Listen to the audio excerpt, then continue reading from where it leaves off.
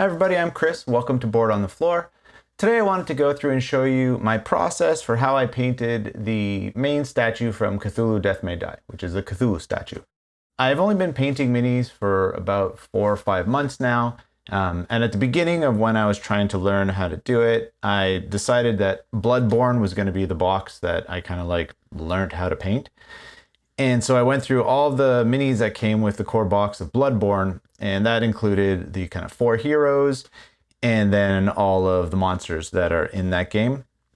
And I feel like I learned a lot, and I focused on painting pretty much at least an hour a day. Sometimes I would spend 4+ hours just sitting either at my desk back there or at the table here doing it. And because I spent so much time doing it, I feel like all of that focus helped improve my skills quite fast. And so when you take a look at some of the models I did just a few months ago and the ones I'm working on now, I feel like I really have improved quite a lot. And so right now I've been going through and doing all of the minis from Cthulhu Death May Die. And I started off with Haster and recently moved over to doing the Star Spawn and then of course Cthulhu. And so in this video, I recorded the entire process of how I painted Cthulhu. And also because I recorded it, I learned some things as I watched my video back and saw how I did things and understood, I guess, how I approached this and how it might not be the same as everybody. Of course, it's not the same as people who have a lot of experience doing this. It really is just kind of like the approach that I've picked up and the things that I've learned doing this for the past couple of months. The first thing I always do to start off with a mini is I prime it. And so I know some people use spray paint. I like to use something that's called gesso or gesso. I'm not too sure how to pronounce it. It's, I think, originally made to paint onto canvas before you actually paint onto a canvas. It's used kind of like as to prime the canvas. But I use it for minis because when I started doing this, it was the winter here. And in Montreal in the winter, it's very cold. I tried the spray paint technique, but I had to go outside and use it all the time because I don't have a really good ventilated area inside my house. So after kind of looking into different ways to prime, I thought, it's easier for me to do it with just kind of like a paint-on primer. And so I mix some gesso with a little bit of water and a little bit of black paint. And I use that to prime most of the minis I do for kind of like these more horror-themed games. I use some black paint, so it becomes kind of like a dark gray.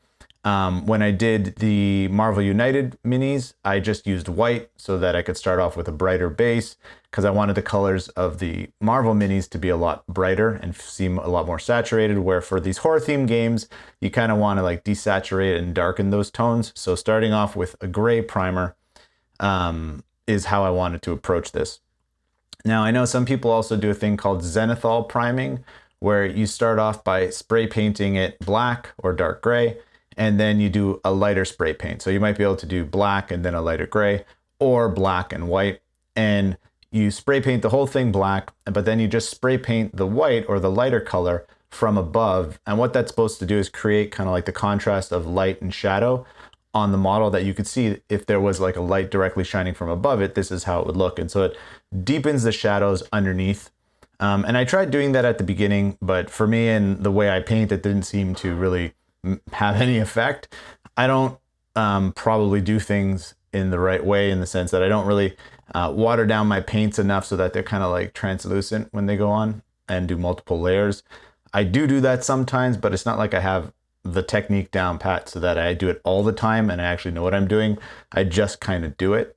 And after I'm done priming, like with a lot of these things, you kind of do have to wait to let it dry, because if you don't let it dry completely, as you start to put the other paint on it, it will start to just kind of smudge it or absorb into the other paint. So after I do my prime, I got to sit on it for about, I would say, let it dry for about 24 hours. And then I look at the original art and I try to start to think about how I can layer on the colors to kind of achieve something similar. Sometimes I go in my own direction, or I look at how other people have painted it and try and see what I like about the colors they used, what I like about the colors in the original art, and I just work towards doing that. And that's usually the approach I take. And because I don't really know what I'm doing, sometimes it really is a lot of trial and error. So I wanted to start off with the Star Spawn to try and see how I could get it to look the way I wanted it to. And then if that worked, then I would move on to Cthulhu and try and use the kind of same techniques. But what I like to do, and when I paint these types of minis, which are more like the monster minis, I like to layer on a lot of colors to kind of create some depth in the skin tones to make it feel a little bit more alive. And so for Cthulhu, I wanted to start off by using a couple contrast paints that I have. And so contrast paints, it's a line of paints from Citadel. And what they do is they kind of have multiple shades of the same color in one kind of coat. So if you just put on a contrast paint, there'll be a light area and a dark area. And what it does, it's like the paint settles into most of the lower areas on the model and darkens the areas there. And then of course, all the raised areas are lighter. So with the one paint, you can create these two kind of tones. I use the Citadel contrast paint, Iyanden Yellow, for the wings. For the body, I had to use a Quickshade from Army Painter because I don't actually have any other contrast paints. And so the Quickshades kind of work the same way, but they're a bit more, they're glossier as opposed to the contrast paint. And whenever you put on the contrast paint, it kind of dries similar to regular paint, so it dries pretty quick. But with the Quickshades, you really have to let it dry overnight. And so with Cthulhu, I started off with the contrast paint and the Quickshades, just to kind of do a base coat that would create kind of like that depth already with the two shades. And so did that, I let it sit overnight. And that's when I started to kind of go in and really add the colors I wanted, but still in a layering technique where I would start with a darker color, and then sometimes I would just dry brush a lighter color on top of it. A dry brush technique is just getting paint on the brush and then pretty much wiping it off almost completely till there's just a little bit left, and then brushing it over the model so that just the highest points on the model catch the paint. And so what you're pretty much doing is highlighting. You're highlighting all of those higher points with whatever color you have on your brush. And so it's a quick technique to really add a lot of contrast to different elements or different details in the model. And so with the wings, I did that. And then I tried to make the area, like the material between the bony things on the wings, feel a bit more translucent by, having a lighter color, creating a lot of contrast between the bone area or like the joints or the fingers. I don't really know what they are. And the material kind of like that's between them. So I wanted to make sure that that was light. I wanted the wings to kind of be brownish, more towards the beige colors. And then the body to kind of be green and feel like a lot of depth within the skin tone and variation. So I added some yellows in there, some browns and some, mostly green base, but a lot of those other colors to kind of create a bit more depth. And so with the tentacles, I also added a Quickshade. It was more of a purple Quickshade. And as much as I didn't want the final color for the tentacles to be purple, I thought that that would be a good base coat to start with to kind of, as I built up off of it, to make it feel a lot more, organic, and it feel a lot more like a contrast again between the skin and the wings. Because I feel with these minis, because some of them are so small, well, this one is quite big, but because some of them are so small, you want to have a lot of contrast and color to really be able to see what you're looking at, because they're often just on the table far away from you. So being able to kind of tell that there's different elements to these models and make sure that the contrast between those different elements is really high to make it easier for you to see those details.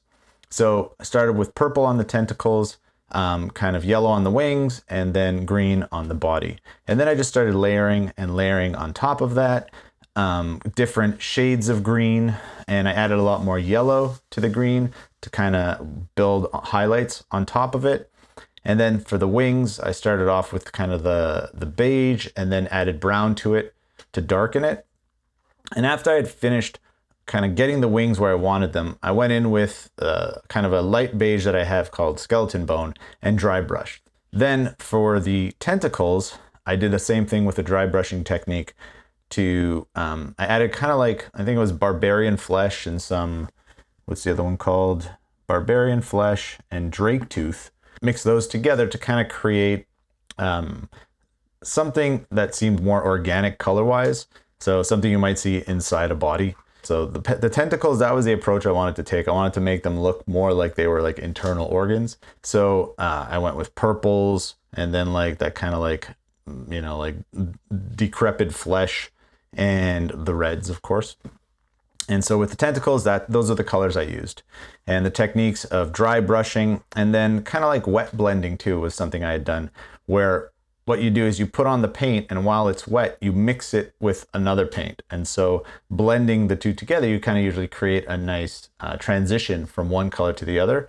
But what you could also do with that is when you put on the paint, if you dry off your brush afterwards, you know, like obviously clean it off, dry it, and with that paint, you start to blend it up or down, whatever direction, you blend it into the other color that's already there, and it kind of thins out that color to also create kind of a nice transition. So those were the techniques I used on the tentacles. But then as I was going through the tentacles, I realized they were still too bright. So I took one of the Quickshades and I used that, and then I let that dry. And then after I had done that, I went back in with a red to try and, you know, create more contrast, add some color variations to just make it feel more organic. And then with Cthulhu's head, I wanted to make sure that the higher areas felt a lot brighter, and also that to highlight some of the detail with a bit more of a yellow, to just make those areas stand out. And then for the eyes, I always like to, for monster eyes, I like to kind of take some red paint, thin it down so it's very watery, and then just kind of like drop a bit in to all of the eye areas to kind of make it feel like there's just like some, you know, like actual organic, you know, like flesh around that area, and that it could be like, you know, I guess if you get bloodshot eyes or stuff like that, but that it feels a lot more real. So I always like to drop like a little bit of red in there and then highlight it in the middle with some white.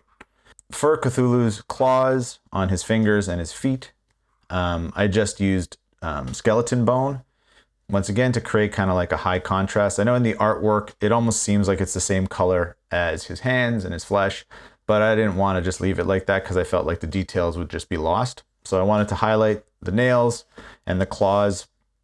And so I used skeleton bone for that. And then if you take a look at Cthulhu, he's covered in these like, I don't know, open pustules on his back. And so I edge highlighted all of them. Scaly hide is just kind of a lighter green, and I highlighted around all of those areas.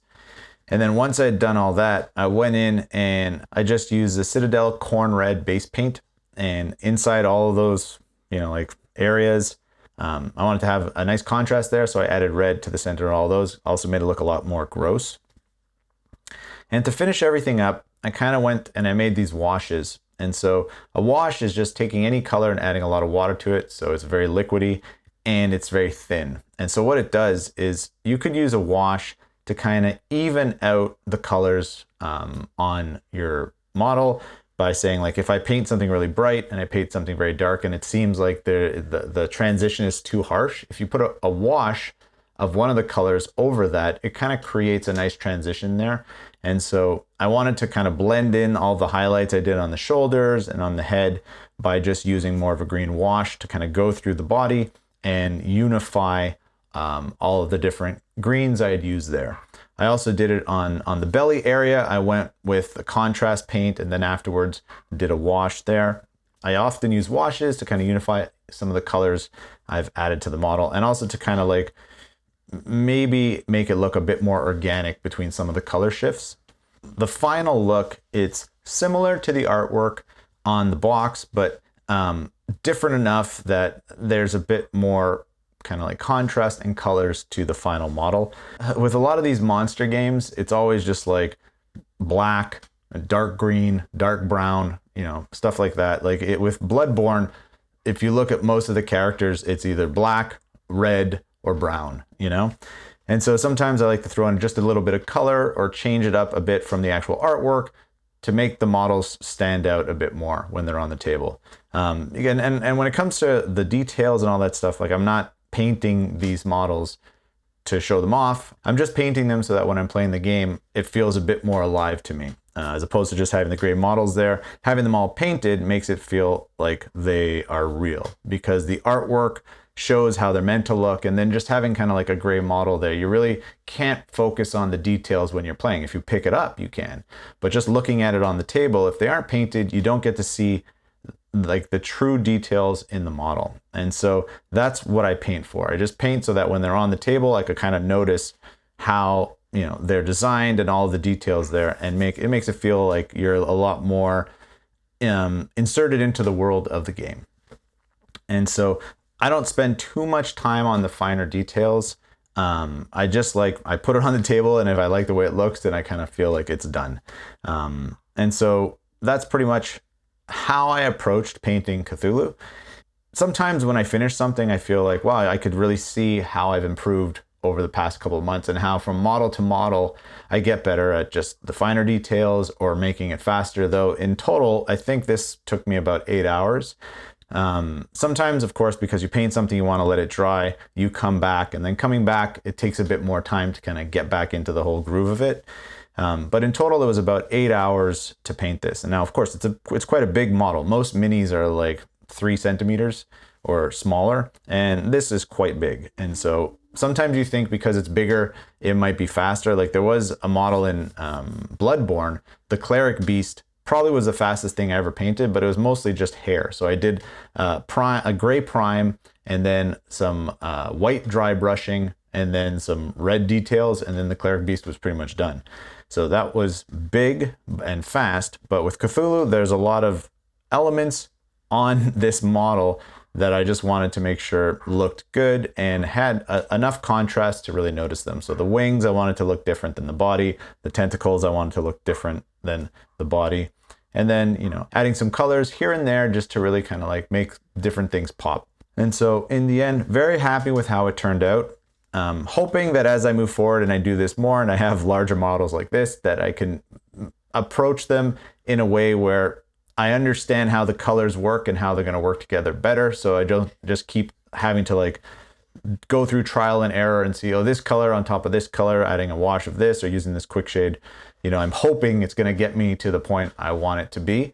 But actually really knowing like, oh, if I'm going to end with more of a yellowy, you know, like beigey shoulder, I got to start off with this color and, you know, like build them and layer them on top of each other. I'm not there yet. So a lot of my technique is trial and error. It really is just like adding things until I feel like it looks the way that I want it to look. And often where I end up isn't where I intended to be, but I'm still pretty happy with it.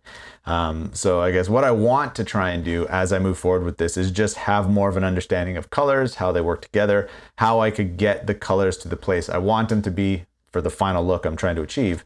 I'm not there yet, but I'm still happy with how I'm moving forward and learning. And I'm happy with the final result of a lot of these things, because to me, it's like I said, it's just to get them to the table and make it feel like they're alive. And they're not just these kind of like gray models, but they are these kind of weird living creatures that exist in these games. There you have it. That was how I made my way through painting Cthulhu from Cthulhu Death May Die. If you have any questions, please leave them in the comments below. And hopefully I'm going to do a few more of these videos. I'm still kind of trying to figure out the best area to do these videos in. I used to paint in front of my computer, but then when I was actually priming Cthulhu, somehow I guess I went a little wild with how I was brushing it on, and I got tons of paint all over my computer screen. So that's why I decided to then move over to this area where I have a 3D printer here, and it's just kind of a little table, but it's safer for me to paint in this area because I can't really get anything that dirty or damage anything. And so this is where I'm doing it for now, but I don't know how well it'll work for filming because I'm still trying, like I said, figure out the best place to put the camera to make sure I'm focusing on the model. And to tell you the truth, filming it and painting at the same time was somewhat stressful, just because as I started focusing more on the model, I couldn't tell if I was still in frame. And so maybe pushing the camera out a bit further so that I get a wider shot and then punching in when I'm editing it would probably be a smarter approach. And I don't have all of my cameras up here. I'm doing this with my phone just because it's the most convenient thing to easily move around. But I should probably bring up the other camera and actually set up an area here the same way I set up an area downstairs in my game room. All of these videos are meant to be ways for me to learn how to make better videos, learn how to play more board games, and learn how to paint nicer models. So hopefully you were able to kind of get something out of this and see how you can kind of approach a model like this, not really have the greatest technique or knowledge about how to paint it, but that even for someone who's just starting off in the hobby and learning how to paint minis, that you could still get a final look that is pretty cool with just a few basic techniques and some, you know, like different types of paint. These quick shades and these contrast paints really do help a lot when it comes to trying to pull out some of those details. So you don't even actually have to have a technique. You just have to be able to paint it on, and the paint kind of does most of the work for you. So yeah, like I said, if you have any questions, let me know. And thanks a lot for hanging out, and I'll see you next time.